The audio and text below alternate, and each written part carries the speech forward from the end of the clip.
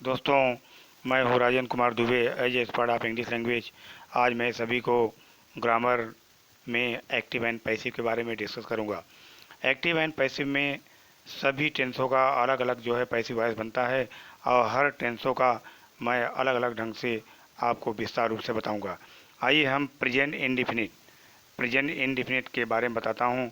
Present indefinite में affirmative का जैसा कि सभी को मालूम है कि अफर्मेटिव में subject plus V one plus object होता है, लेकिन पैसिव में उसका जो रूप जो है वो बदल जाता है। उसमें ऑब्जेक्ट आता है, इसके बाद इजे मार्क का प्रयोग किया जाएगा, इसके बाद V3 बाई और इसके बाद सब्जेक्ट का प्रयोग किया जाता है।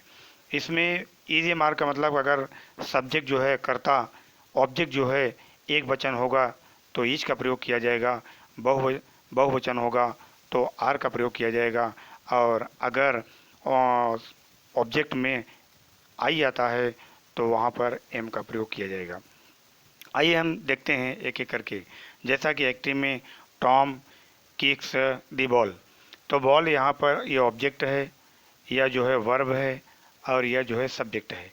तो इसके बाद पहले ऑब्जेक्ट आएगा, तो ऑब्जेक्ट मतलब पहले ऑब्जेक्ट आया है तो ऑब्जेक्ट में क्या है, द बॉल है। द बॉल एक वचन है, सिंगुलर नंबर है इसलिए ईच का प्रयोग किया जाएगा, और ईच और वर्ब की थर्ड फॉर्म, इसके बाद बाई, इसके बाद सब्जेक्ट। तो जैसा कि वर्ब की थर्ड फॉर्म सभी पैसिव वॉइस में आते हैं और बाई का प्रयोग किया जाता है। तो आइए देखिए, फार्मूले के अनुसार पहले ऑब्जेक्ट आया, इसके बाद वर्ब आया, इसके बाद V3 आया, बाई, और इसके बाद सब्जेक्ट आया। आगे और हम देखते हैं the she sells the torn books, तो टॉर्न बुक्स यहाँ ऑब्जेक्ट है, तो टॉर्न बुक्स बहुवचन है। जब बहुवचन है तो यहाँ पर आर का प्रयोग किया जाएगा। The torn books are verb की third form sold by her, she का हर होता है। और आगे देखते हैं my mother tells me a story, my mother tells me story. अब यहाँ आपको ये सबसे महत्वपूर्ण बात यह है कि मी, यहाँ पर दो ऑब्जेक्ट है, एक तो मी भी है जिसको इनडायरेक्ट ऑब्जेक्ट बोला जाता है, और ये स्टोरी भी है उसको डायरेक्ट ऑब्जेक्ट बोला जाता है। तो डायरेक्ट ऑब्जेक्ट क्यों बोला जाता है, क्योंकि इसके पहले कोई प्री पोजिशन नहीं आया है, इन ऑन फ्राम टू ऐसा कोई प्री पोजिशन नहीं आया है, इसलिए इसको हम डायरेक्ट ऑब्जेक्ट बोलते हैं। तो आइए हम इसको दोनों ढंग से बना सकते हैं। पहले हम चलो मी से प्रारंभ करेंगे, तो मी का आई होता है, आई के साथ एम का प्रयोग किया जाएगा। I am told a story by my mother, by my mother.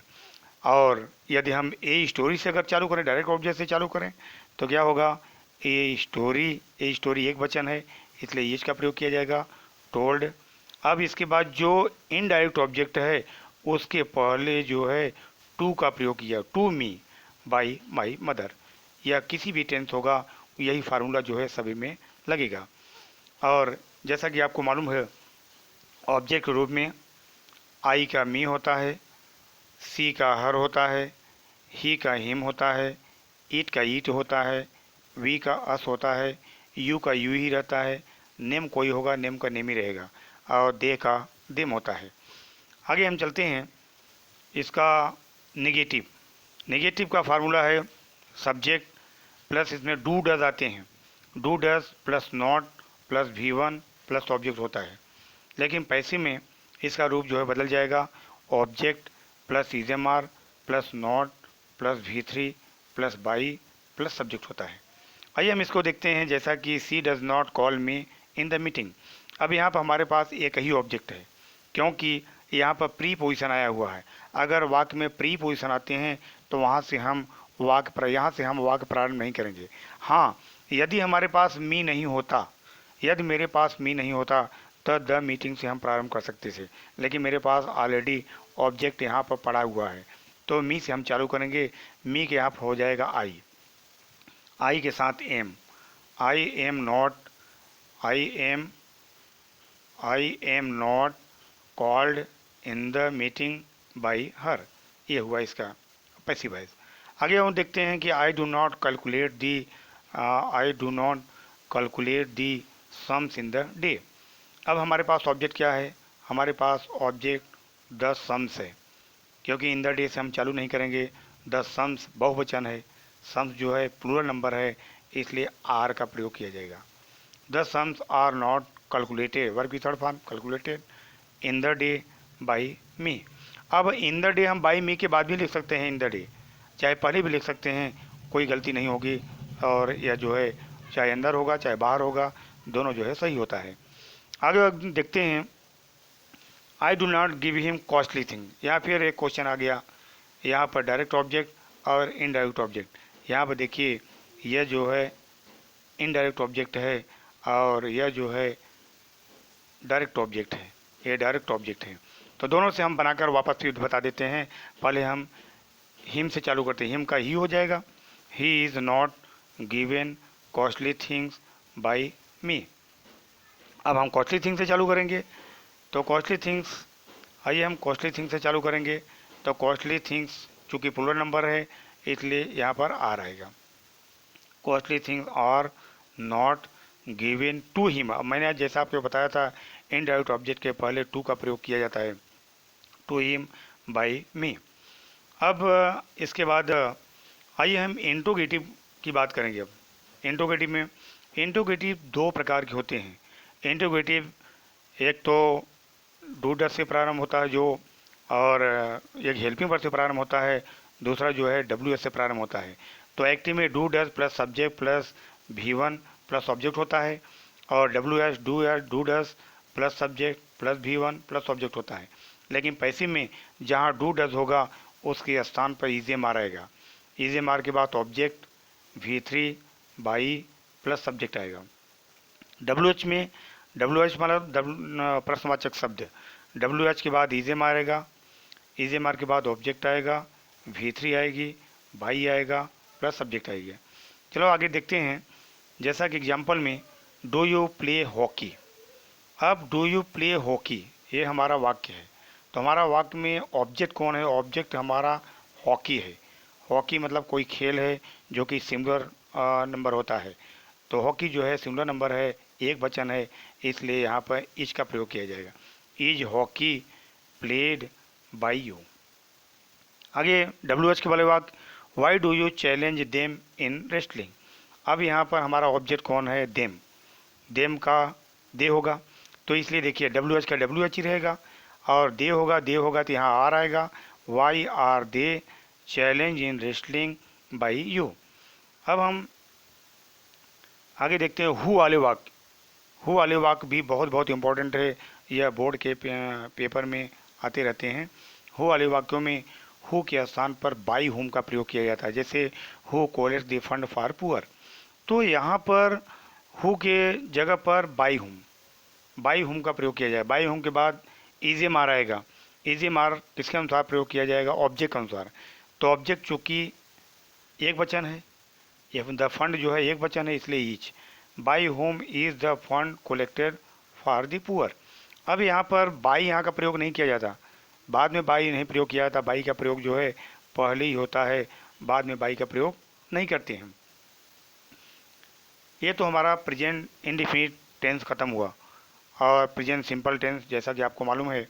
और आगे हम प्रेजेंट कॉन्टिन्यूअस के बारे में बताएंगे। प्रेजेंट कॉन्टिन्यूअस में देखिए, अफर्मेटिव में, अफर्मेटिव में एक्टिव में होता है सब्जेक्ट प्लस इजेमार होता है, प्लस V1 में ING होती है, और प्लस ऑब्जेक्ट होता है। लेकिन पैसिव में ऑब्जेक्ट आएगा, इसके बाद इजेमार आएगा, इसमें बीइंग का प्रयोग किया जाता है, V3 बाई प्लस सब्जेक्ट होता है। देखिए इसमें अलग रूप हो जाता है जिसमें बीइंग का प्रयोग किया जाएगा, I am teaching voice now. अब हमारा इसमें ऑब्जेक्ट है वॉइस, वॉइस चूँकि एक वचन है तो वॉइस के साथ ई जाएगा, वॉइस इज बी, इसमें बीइंग का प्रयोग किया जाता है, voice is being taught by me. Now, now का प्रयोग पहले चाहे पहले कर सकते हो या बाद में भी कर सकते हो। आगे the teacher is separating them on the basis of caste. The teacher is separating them on the basis of caste. अब देखिए हमारा यहाँ प्री पोजिशन, आपको मैंने जैसा कि बताया भी कि प्री पोजिशन जो भी होगा ये प्री पोजिशन है, प्री पोजिशन के आगे वाले भाग से हम चालू नहीं करेंगे। यदि अगर प्री पोजिशन नहीं होता तो हम चालू कर सकते थे, लेकिन ऑलरेडी मेरे पास ऑब्जेक्ट पड़ा हुआ है, यहाँ देम है, देम का दे होगा, तो दे के साथ आर होगा, they are being separated verb की third form on the basis of caste by the teacher. ये हुआ इसका। आगे नेगेटिव में देखते हैं। नेगेटिव में एक्टिव होता है सब्जेक्ट प्लस सब्जेक्ट होता है प्लस इजेमार होता है प्लस नॉट होती है प्लस वर्ब में आईएनजी होता है प्लस ऑब्जेक्ट। लेकिन पैसिव में क्या होगा, object plus is am are plus not plus being V3 by plus subject. अब हम देखते हैं we are not playing football at present. तो यहाँ पर हमारा ऑब्जेक्ट क्या है, हमारा ऑब्जेक्ट जो है फुटबॉल है। तो फुटबॉल, यहाँ फुटबॉल चालू करेंगे, फुटबॉल जो है एक वचन है तो फुटबॉल के साथ जो है इज आएगा, is not being played by us at present. At present जैसा कि मैंने बोला भी कि एक्स्ट्रा वाली जो चीज़ें होती हैं वह बाद में भी लिखा जा सकता है और बाई के पहले भी लिखा जा सकता है, दोनों सही होता है। आगे और हम चलते हैं इसमें इंट्रोगेटिव। इंट्रोगेटिव में एक्टिव में इजेमार प्लस सब्जेक्ट V1 में आईएनजी प्लस ऑब्जेक्ट होता है। WH is am are plus subject plus V1 में आईएनजी प्लस ऑब्जेक्ट। लेकिन पैसिव में क्या होगा, इजेमार की जगह इजेमार ही होगा ये ऑब्जेक्ट के अनुसार, फिर इसके बाद ऑब्जेक्ट आएगा, फिर बीइंग आएगा, V3 आएगी, बाई आएगा, सब्जेक्ट आएगा। WH वाले वाक्य में WH के WH होता है, इसके बाद इजेमार होगा, ऑब्जेक्ट होगा, बीइंग होगा, V3 होगा, बाई होगा और सब्जेक्ट होगा। जैसे इज मीना वाचिंग टीवी, तो यहाँ पर हमारा ऑब्जेक्ट क्या है, हमारा ऑब्जेक्ट जो है टीवी है। तो टीवी एक वचन होता है इसलिए यहाँ पर इज का प्रयोग किया गया है। Is TV being watched by Meena, is TV being watched by Meena. अब आगे देखते हैं हु वाले वाक्य, who is calling you. Who is calling you, who की जगह पर बाई हूँ का प्रयोग किया जाएगा। अब ऑब्जेक्ट क्या है, ऑब्जेक्ट हमारा यू है। यू जो है बहुवचन है इसलिए आर का प्रयोग। By whom are you being called, बाद में बाई का प्रयोग नहीं किया जाता है। आगे why are you scolding him, तो why are you scolding him, WH का WH, ये जैसे why are you scolding him, तो वाई का वाई रहेगा। अब हमारे पास ऑब्जेक्ट कौन सा है, ऑब्जेक्ट हमारे पास हिम है, हिम का ही होगा इसलिए इज का प्रयोग किया जाएगा। Why is he being scolded by you. Are they singing a folk song, तो are they singing a folk song, हमारे पास ऑब्जेक्ट कौन है, a folk song. A folk song होगा तो फॉक सॉन्ग जो है एक वचन है इसलिए यहाँ पर इज का प्रयोग किया जाएगा। Is a folk song being verb की third form sung by them, ये इसका हुआ। ये हुआ प्रेजेंट कॉन्टिन्यूअस। और आगे हम चलते हैं प्रेजेंट परफेक्ट। प्रेजेंट परफेक्ट में रूप थोड़ा बदल जाएगा क्योंकि प्रेजेंट कॉन्टिन्यूअस में बीइंग का प्रयोग किया जाता है, लेकिन प्रेजेंट परफेक्ट में जो होता है उसमें बीन का प्रयोग किया जाता है। पैसिव वॉइस में बीन का प्रयोग करते हैं।